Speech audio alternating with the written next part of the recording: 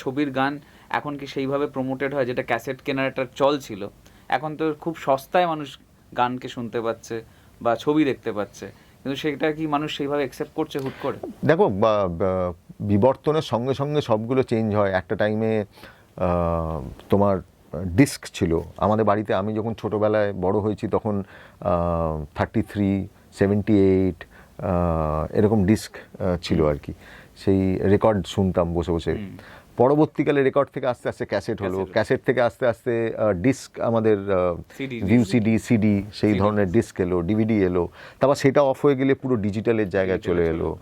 তো এইভাবে তো বিবর্তনের জায়গার থেকে তো সব চেঞ্জ হয় আজকের দিনে যেরকম। কিন্তু গান তো গান, তোমার যদি ভালো লাগে সেটা, যখন একটা সময় যখন গান হিট করতো তখন পুজোর সময় অ্যালবাম বেরোনোর আগেই প্ল্যাটিনাম ডিস্ক পেয়ে যাচ্ছে কেউ, 75 কপি, মানে 75,000 কপি বেরিয়ে চলে গেল।